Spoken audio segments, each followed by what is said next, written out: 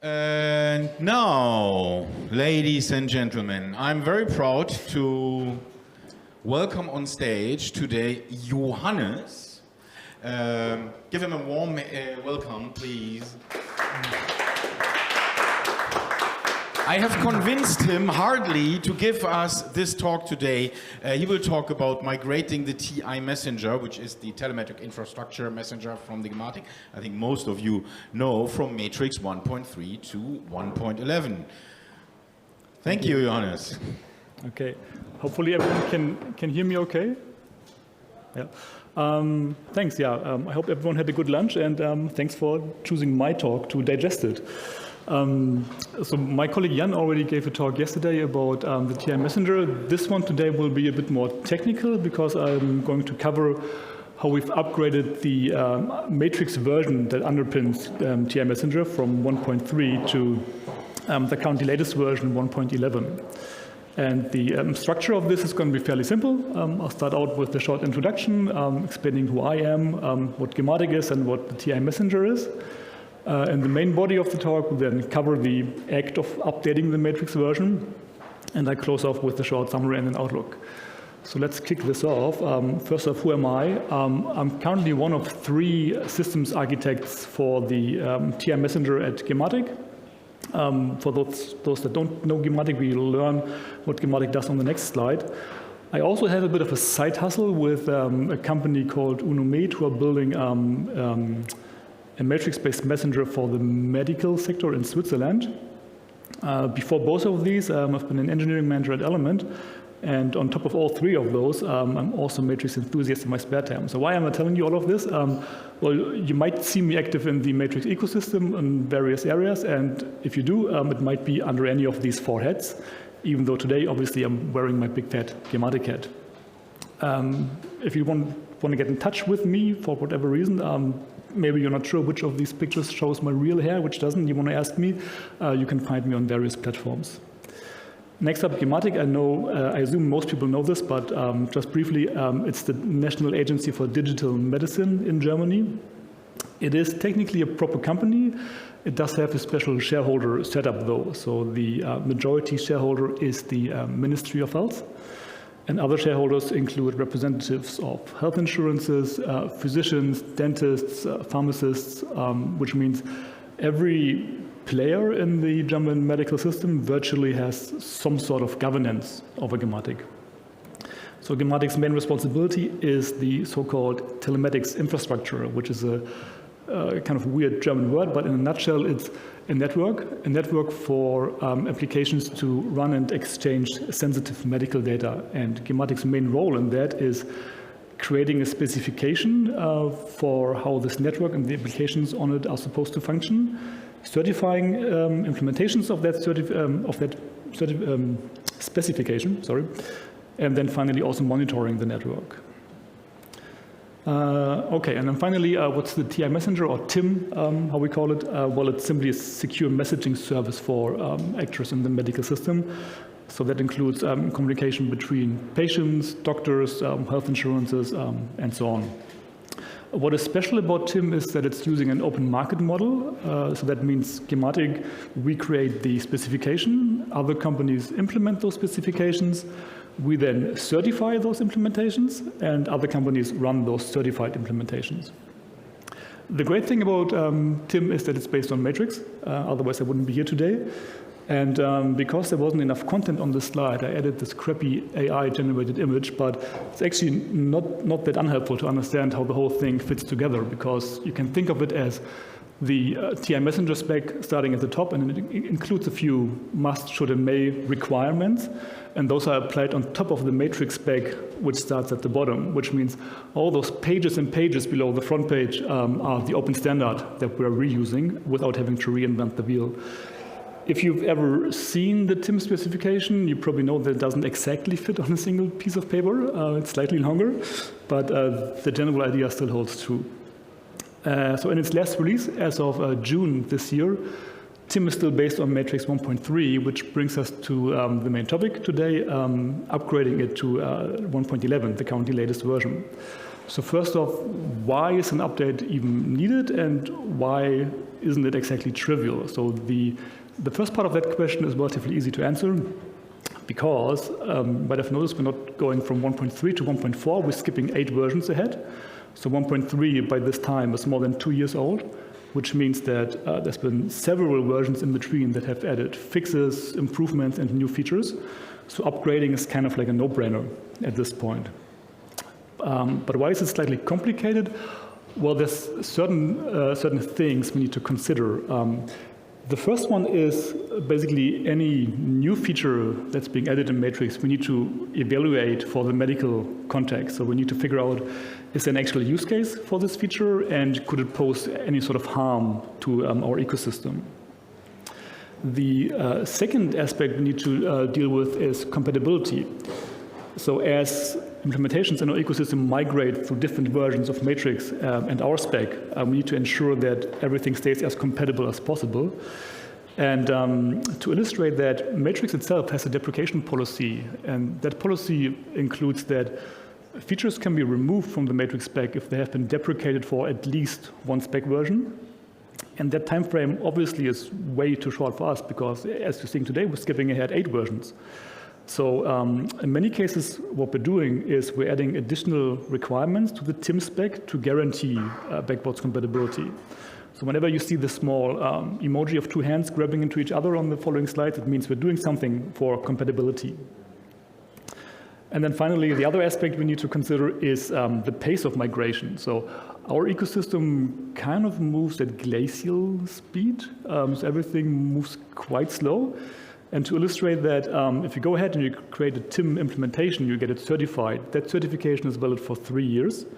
And because you're going to have to pay to get certified, and it's, I think, a relatively complicated process overall, you probably don't have much reason to come back and certify an update the next month, let alone that that's not possible. So everything that's out there is out there for at least 3 years, which is a quite long time frame.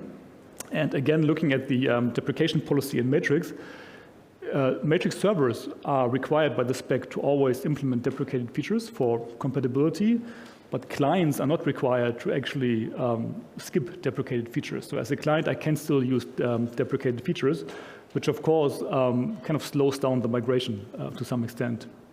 So for TIM, whenever possible, we're trying to actually require clients to stop using deprecated functionality. And again, if you see this little race car emoji on the following slides, it means we're doing something to speed up the migration. Okay, so how did we approach the migration? Well, maybe not surprisingly, the starting point is the changelog. Just as if you're upgrading a Matrix client or Matrix server, we're starting from the changelog. And the changelog is actually a quite amazing thing. It's quite well architected, especially for our use cases, because first of all, it has several sections for the different parts of the protocol. Like there's a section for the server-server API, for the client-server API, and so on. And within each of those sections, you get the changes that have happened broken out in terms of different categories. So there's categories for breaking changes, deprecations, removals, new endpoints, and so on. And in my opinion, one of the best parts of it is that it's quite well linkified. So to illustrate that, what you see on the right here is the changelog entry for when Room version 11 was introduced. And from that entry, you can click through to the MSC that introduced this Room version. And this thing at the end takes you to the pull request on the actual spec content. So again, for people like us who are building a spec on top of the spec, this basically gives us a line-by-line summary of what changed, which is super, super helpful. So for the most part, just working with the changelog has been enough. In some cases, we needed help, which we got in these 2 rooms, mostly the Matrix spec room, and in some cases, the STT room. Okay, so let's walk over the different things that have changed since version 1.3, starting with deprecations and removals. So firstly, there's this endpoint in the server-server API by which one server can download the keys from another server. And that endpoint has a key ID path suffix, which means you can download a single key based on its ID. So that suffix has been removed in the spec version since 1.3, which means that instead of downloading like a single key, servers always have to get all keys. And That obviously is a compatibility problem because in our ecosystem we might still have old servers who still depend on this endpoint. And in fact, Synapse itself has still been using this endpoint until the end of 22. And so what we're doing in our spec is we're requiring servers to still offer this endpoint, even though it's not part of the matrix spec anymore. And maybe not surprisingly, Synapse actually does the same thing. But by putting it into our spec, we ensure that basically any TIM implementation, even if it's not based on Synapse, still can be compatible with the ecosystem we already have. Another thing that changed since 1.3 is query string authentication is deprecated. So instead of sending the access token in the query string, implementation clients should now send it in the authorization header, which makes a lot of sense from a security point of view because the header is way less likely to show up in server logs, for instance. So in this case, our only concern is making sure that our ecosystem is migrating through this as fast as possible. So we are, instead of recommending clients to use the header, we're actually forcing them to use the header. So all TIM clients need to use the authorization header going forward. And then finally, I guess lots of people are excited about authenticated media. That change obviously included a deprecation of the unauthenticated media endpoints. And again, our main concern with this one is making sure we migrate as fast as possible. So we're requiring clients to use the new endpoints if the server they're talking to supports them. Okay, next up, new endpoints. So first of all, the kind of counterpart of what I just said, authenticated media also has new endpoints, of course, and those we are simply inheriting without any restriction. The only difference is we're not taking part in the freeze that's happening in the public ecosystem, of course. Another media-related thing that was introduced were asynchronous media uploads. So there's an endpoint that allows you to signal to the server that you're about to start uploading a media, and you're already getting the MXC URI, and you can use that while the media is still uploading in the background. And in this case, again, we're simply inheriting that without modification, and that means it's not even mentioned in the TIM spec. It's just part of us saying you need to conform to matrix 111. So we don't have to do anything there. Where we do have to do something is the next feature. There's a new endpoint that allows you to mint a short-lived login token to log another client into your account, which I believe was originally added for the legacy QR code login work, which is a helpful feature, but we couldn't think of a clear use case, and obviously it has a certain security problem in that somebody could abuse the login token. So for TIM, we've decided to forbid this feature. And that's all the new endpoints, noteworthy, at least since Matrix 1.3. And what should be apparent at this point is that most of the new features don't actually land in this category. Most of the new features, they land in the backwards compatible changes category, which to me personally was a little surprising in the beginning because I thought backwards compatible changes are going to be all the boring stuff we don't have to do anything about. And that's actually true in many cases, but there are a few exceptions where backwards compatible changes are entire new features. And if you recall, any new feature we want to take a closer look at and make sure we actually want and need and can support it in our ecosystem. So there's basically 4 ways in which I've seen this happen since 1.3. The first one is new relations.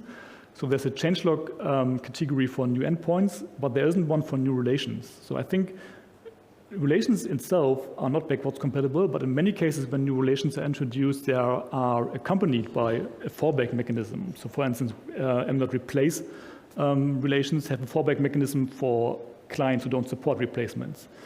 And that's why they only appear in backwards compatible changes.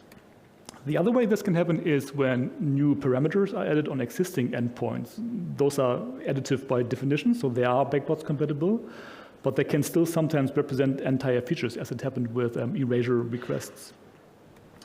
The other possibility is that the endpoint itself is optional. So there's a few endpoints, not a lot, but a few in the matrix spec that a server is not actually required to implement. So there is one new one that allows you to discover support information, supporting contact information for home server admins. But it's not a required endpoint, so it shows up in backwards compatible changes, even though it's a kind of new feature in itself. And then lastly, room versions, usually when a room version is introduced, it's not made the default, which then again makes it sort of backwards compatible because you're not forcing anyone to use it. The other thing that occasionally happens is that the backwards compatibility is not assessed super exactly, which for instance happened with a change to the scope of transaction IDs. So transaction IDs are what your client uses to make requests with the server idempotent.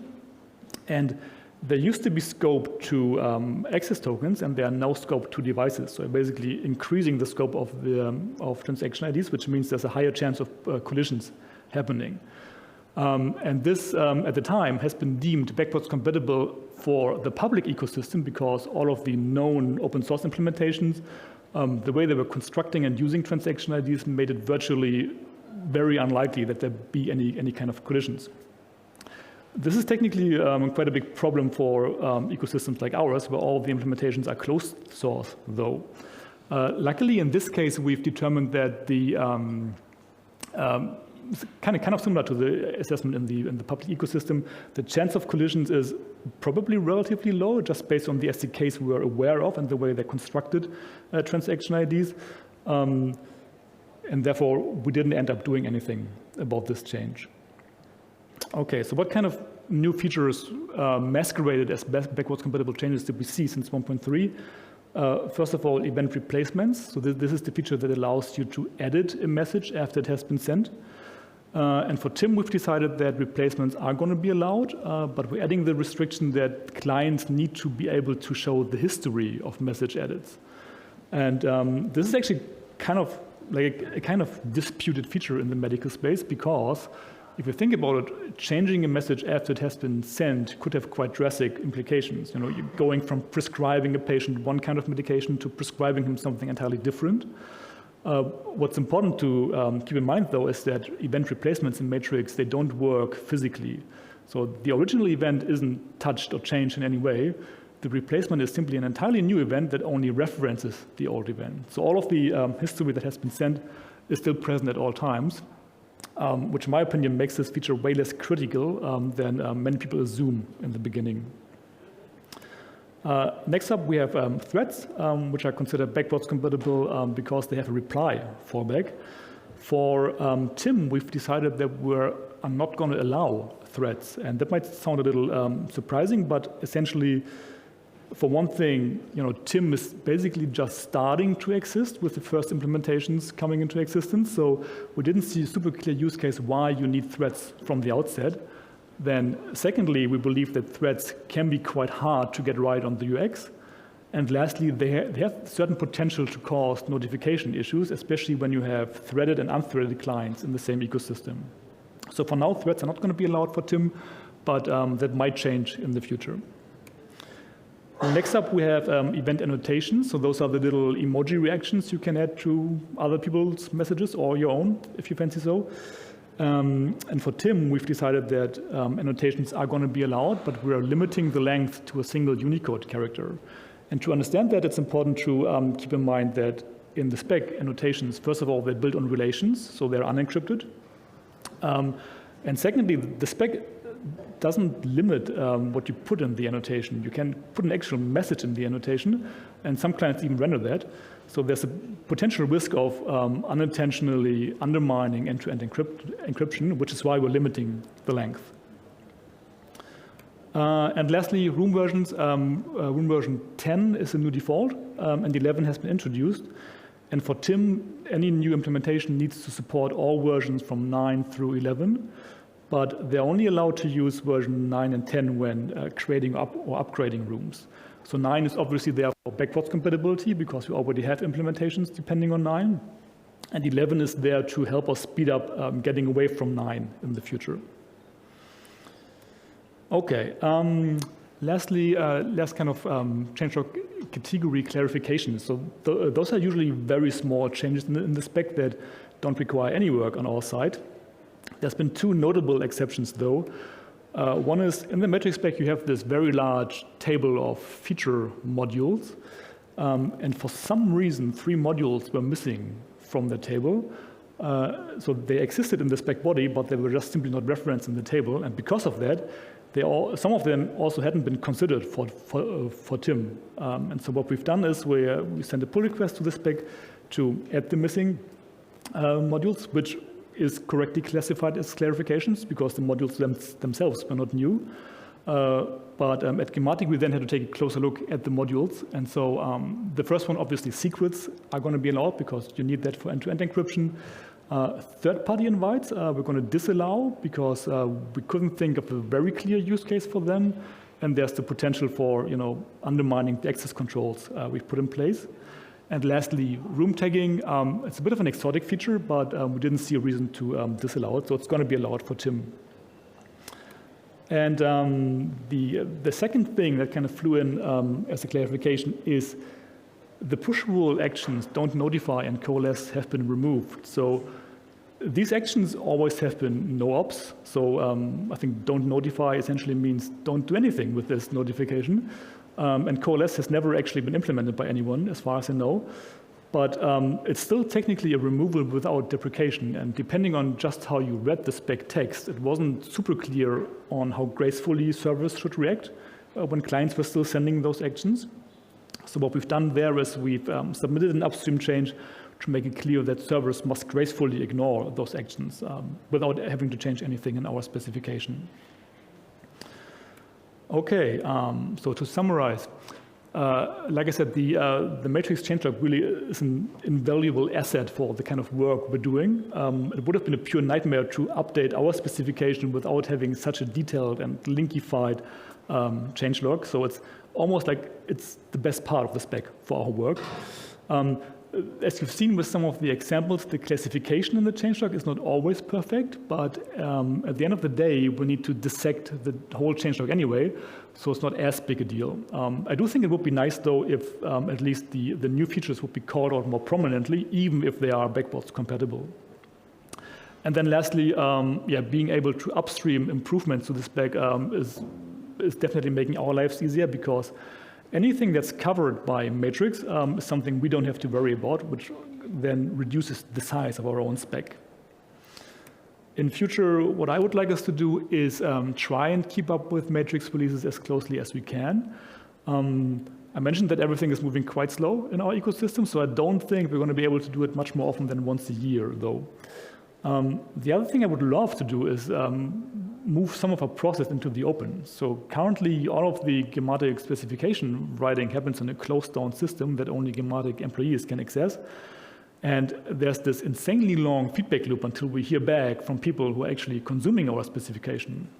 So it would be awesome if at least some of that would happen on GitHub or in some other way that's happening in the open and reduces the length of the feedback cycle. And then lastly, it would be awesome if we could upstream some of our custom extensions to the spec. So for instance, the TIM spec has a custom extension for invite filtering, which allows you to control who's allowed to send you invites and who isn't.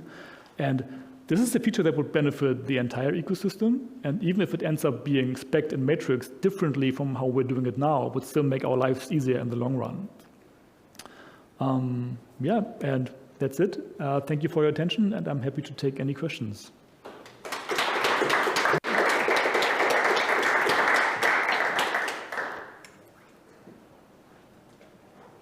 So do we have any questions? No? Huh? Yes, we have a question over there.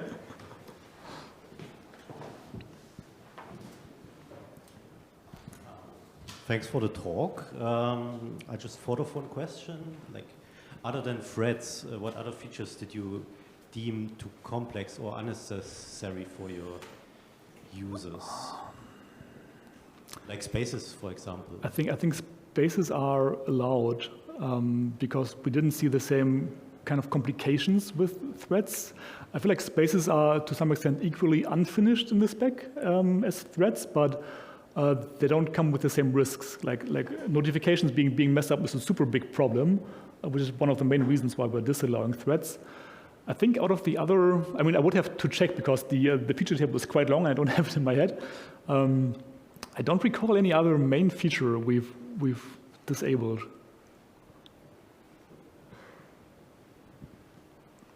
Other questions? Something at the internet? Haven't looked at? I don't think so. Thank you, Johannes. Thanks.